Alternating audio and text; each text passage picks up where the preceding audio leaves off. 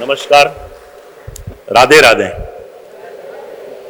મારી વાતની શરૂઆત કરતા પહેલા ખાસ હું થેન્ક યુ કહેવા માંગુ છું કાનજીભાઈ ભાલાડાને, તેમજ અશ્વિનભાઈ છે, અહીંયા સમાજના આગેવાનો છે, યુવાનો છે, અને આપ સૌ લોકોનો ખૂબ ખૂબ આભાર કે મને અહીંયા જે આ પ્લેટફોર્મ પૂરું પાડવામાં આવ્યું છે અને મારી બે વાત કહેવાનો મને જે મોકો આપવામાં આવ્યો છે એ બદલ ખૂબ ખૂબ આભાર. મારી જર્નીની વાત કરું, મારા બિઝનેસની વાત કરું તો એક ટાઈમની લિમિટેશન છે, 5 મિનિટમાં હું મારું વક્તવ્ય પૂરું કરીશ. બાય ક્વોલિફિકેશન હું એમકોમ MBA છું. હું એક ફાર્મરનો પુત્ર છું. મારા મધર ફાધર છે એગ્રીકલ્ચર સાથે જોડાયેલા છે.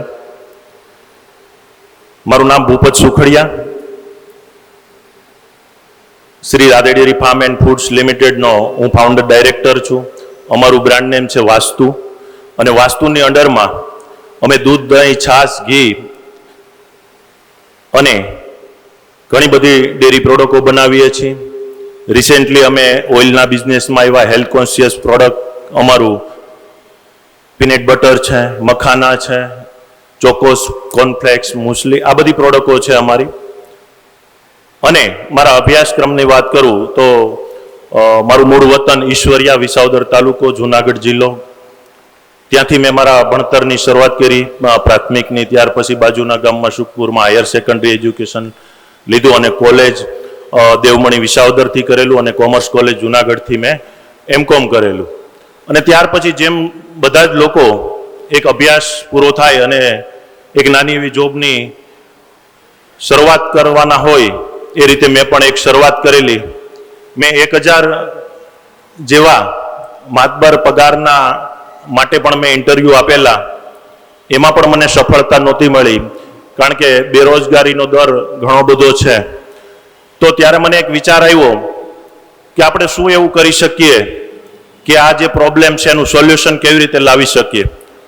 તો ત્યારથી મને એવું લાગ્યું કે આપણે કંઈ એવું કરવું પડશે કે મેક્સિમમ લોકોને આપણે રોજગારી આપી શકીએ. તો એક નાના એવા બિઝનેસની શરૂઆત કરી,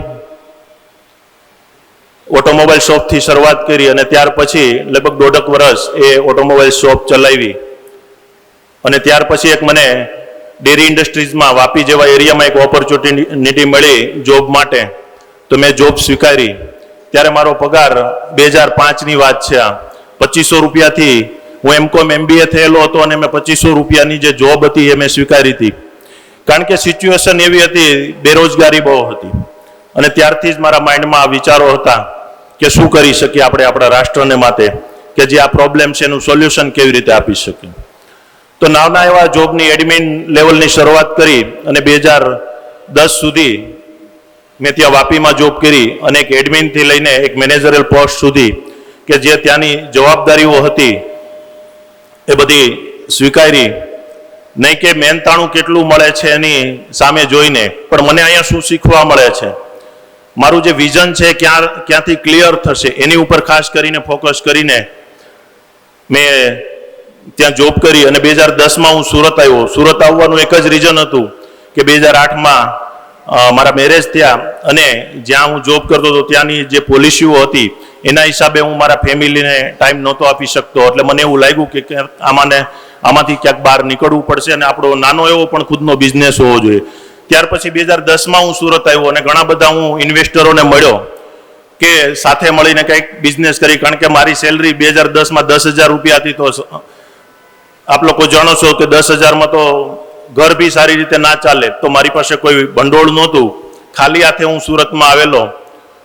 અને પછી એમાં પણ સફળતા ના મળી, કારણ કે મારી પાસે મેન્યુફેક્ચર્સનો એક્સપિરિયન્સ હતો પણ પ્રોડક્ટ સેલ કરવાનો એક્સપિરિયન્સ નહોતો. તો મને એવું લાગ્યું કે ક્યાંક ને ક્યાંક આપણે આમાં કાચા પડીએ છીએ. તો મેં એક મોટા વરાછા જેવા એરિયામાં નાની એવી એક ડેરી ચાલુ કરી અને ત્યારથી શરૂઆત કરી. અને થોડું ઘણું ભંડોળ જેમ એકઠું થયું એમ મેં ટ્રેડિંગના બિઝનેસમાં આવ્યો. ઘીના બિઝનેસમાં 2012થી અને 2015 સુધી મેં ટ્રેડિંગનો બિઝનેસ કર્યો. પણ એમાં ક્યાંક ને ક્યાંક પ્રોબ્લેમ જે હતા એના સોલ્યુશન નહોતા મળતા. તો એના હિસાબે મને એવું લાગ્યું કે આપણી પોતાની બ્રાન્ડ હોવી જોઈએ. તો આપણે આ બિઝનેસ છે એને મોટા સ્કેલ પર લઈ જઈ શકીએ અને લોકોને આપણે હેલ્પફુલ થઈ શકીએ.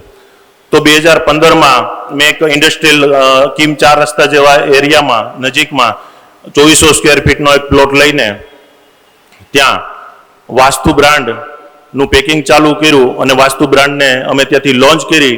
અને ત્યારે માઇન્ડસેટ એવું હતું કે આપણે વરાછામાં ટ્રેડિંગનું કામ કરીએ તો વરાછામાં જ બિઝનેસ કરવાનો છે. એ માઇન્ડસેટની સાથે પ્રોડક્ટ અમે માર્કેટમાં લોન્ચ કરી અને એ ટાઈપનો અમે એક નાનો એવો યુનિટ ઊભું કર્યું હતું. પણ જ્યારે અમે પ્રોડક્ટ માર્કેટમાં ડિલિવર કરી, પેકિંગ એટ્રેક્ટિવ આપ્યું, ડિઝાઇન સારી હતી, સર્વિસ સારી હતી, ક્વોલિટી સારી આપી, તો લોકો અમારી સાથે જોડાતા ગયા અને અમને પણ ત્યાર પછી ઉત્સાહ આવ્યો કે નહીં, આમાં પણ આપણે મોટું કાંઈ કરી શકીએ એમ છીએ. તો આજે આ પ્રોડક્ટને અમે ભારતના દરેક રાજ્યમાં અત્યારે અમારી પ્રોડક્ટની પ્રેઝન્સી છે. 15 કરતાં વધારે કન્ટ્રીમાં આ પ્રોડક્ટને અમે લઈ ગયા છીએ. 2015થી લઈને હમણાં જ આ મહિનામાં, ઓગસ્ટ મહિનામાં આ કંપનીને 10 વર્ષ પૂરા થયા. એ વાતનો મને ખૂબ ખુશી છે કે 10 વર્ષનું માઇલસ્ટોન અમે અચીવ કર્યું. પણ ત્યાં સુધી ના અટકતા આ પ્રોડક્ટને વર્લ્ડ વાઇડ કેવી રીતે લઈ જઈએ એના માટેના અમારા પ્લાનિંગ છે. તો એ મુજબ જ જેમ ઇન્ફ્રાસ્ટ્રક્ચરમાં ડેવલપ થયું એ રીતે 36 ડિગ્રી બિઝનેસની સાથે સાથે જ્યારે એક નાના એવા યુનિટથી 2400 સ્ક્વેર ફીટના યુનિટથી અમે શરૂઆત કરેલી, આજે 1 લાખ કરતાં વધારે સ્ક્વેર ફૂટમાં આ પ્લાન્ટ એસ્ટાબ્લિશ થયેલો છે. અને ઇન્ડિયામાં કદાચ ના હોય એવો પ્રાઇવેટ યુનિટ અમે બનાવેલું છે, ફૂલી ઓટોમેટિક અને 100% હ્યુમન અનટચ હાઇજેનિક યુનિટ આ અમે તૈયાર કરેલું છે. અને લોકો કોલેજો અને સ્કૂલમાંથી આ યુનિટને જોવા માટે લોકો આવે છે, કેવી રીતે પ્રોડક્ટ બને છે, ક્યાંથી એનું પ્રોક્યુરમેન્ટ થાય છે. સ્કૂલના ઘણા બધા સ્ટુડન્ટો છે આર્ટિકલશિપ માટે આવે છે કે કેવી રીતે બિઝનેસ શીખવો. તો અમે ઘણા બધા લોકોને મેં બિઝનેસ શીખવાડેલો છે કે કેવી રીતે ખરેખર બિઝનેસ કરી શકાય. તો આ સ્કેલ ઉપર અમે અમારો બિઝનેસ લઈ ગયા. 450 કરતાં વધારે અમારી પાસે કર્મચારીઓ છે. અને અમારું યુનિટ છે કિમ 4 રસ્તા છે, અમારું ઓફિસ છે અહીંયા ઓપોઝિટ સાઈડ જ છે, સાગવાડીની સામે સ્કાયવ્યુમાં, સ્વામિનારાયણ મંદિર પાસે. અને સાથે સાથે આ બિઝનેસની સાથે સાથે આપણે ગમે એટલું મોટું કામ કરીએ પણ ક્યાંક ને ક્યાંક આપણને એમ થાય કે કોના માટે આ બધું કરીએ છીએ, ક્યાં જઈને અટકશે આ બધી વસ્તુ. રાત દિવસ મગજમારીઓ કરવાની, આટલું દોડવાનું, આટલું ટ્રાવેલિંગ. પણ એની સાથે સાથે મેં એક વાસ્તુ ચેરિટેબલ ટ્રસ્ટ કરીને એક ફાઉન્ડેશન ઊભું કર્યું છે. એમને બી આજે 10 વર્ષ પૂરા થઈ ગયા. તો આ ટ્રસ્ટની અંડરમાં જે નીડી પીપલ છે, જરૂરિયાતમંદ લોકો છે, એમને હેલ્પફુલ થતા હોય છે. કંઈ બી પૂરગ્રસ્ત સ્થિતિમાં કે ભૂકંપની સ્થિતિમાં કે કોરોના કાળમાં અમે 2 મહિના સુધી સતત અમારી ટીમ સાથે અમે લોકોને ફૂડ સર્વિંગથી લઈને ઘણી બધી સેવાઓ અમે પૂરી પાડી.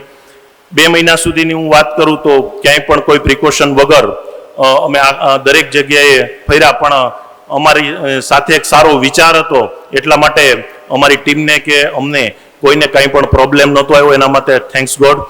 અને આજે જર્નીની સાથે સાથે આજે ફાઉન્ડેશન અમે જે એસ્ટાબ્લિશ કર્યું છે એમાં ઘણા બધા સંસ્થાઓ સાથે, સુરતમાં લગભગ 400થી વધારે સંસ્થાઓ છે જ્યાં કર્ણની ભૂમિ છે, ખરેખર દાનની ભૂમિ છે કે જ્યાં લોકો દાન આપીને આટલી બધી સંસ્થાઓ ઊભી કરી. એવી ઘણી બધી સંસ્થાઓ સાથે અમે જોડાયેલા છીએ.